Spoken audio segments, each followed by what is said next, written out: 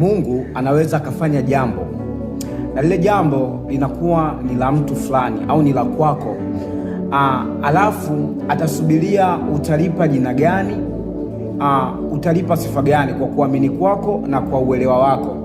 Mungu alipotaka kumfanyia Adam msaidizi wa kufanana naye, neno la Mungu nasema, ukisoma Mwanzo 2:18, Bwana Mungu akasema, si vyema huyo mtu awe peke yake, nitamfanyia msaidizi wa kufanana naye. 19, Bwana Mungu akamfanyiza kutoka katika ardhi kila mnyama wa msitu na kila ndege wa angani, akamletea Adamu ili aone atawahitaji kila kiumbe hai. Jina alilokiita Adamu likawa ndilo jina lake. Maana yake ni nini? Baada ya Mungu kuwaza kumtengenezea Adamu msaidizi, akaamua kufanya kutoka majaribio, kutoka maeneo tofauti tofauti, akamletea Adamu vile vitu ambavyo aliviona mbele yake, sifa na jina aliloamua kuvipa, Mungu akavipitisha.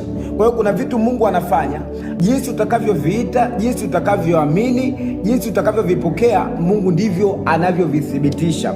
Na baadaye alipomfanyia mwanamke kutoka kwenye ubavu wake, akasema huu ni mfupa katika mfupa wangu, ni nyama katika nyama yangu, akasema ataitwa mwanamke. Kwa hiyo Mungu huangalia umekihitaji kitu, umekipokeaje. Pia tunamwona kijana mmoja ambaye anaitwa Isaka. Soma Mwanzo 26:22, neno la Mungu nasema hivi, akaondoka huko akachimba kisima kingine, wala hicho hawakukigombania, akakiita jina lake Rehobothi, akasema, kwa kuwa sasa Bwana ametufanyia nafasi, basi tutazidi katika nchi.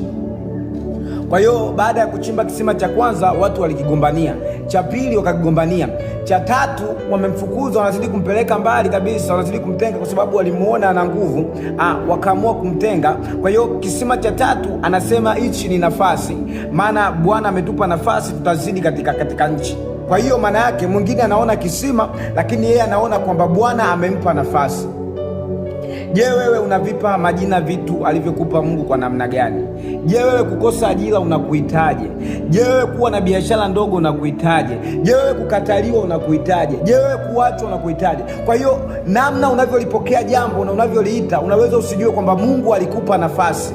Unaweza kukuta biashara uliyokuwa nayo ni Bwana amekupa nafasi ili uzidi katika nchi. Unaweza kukuta mtoto uliyokuwa naye, unaweza kuwa unafanisha watoto wengine, lakini Mungu kwa huyo amekupa ili ni nafasi wewe kuzidi.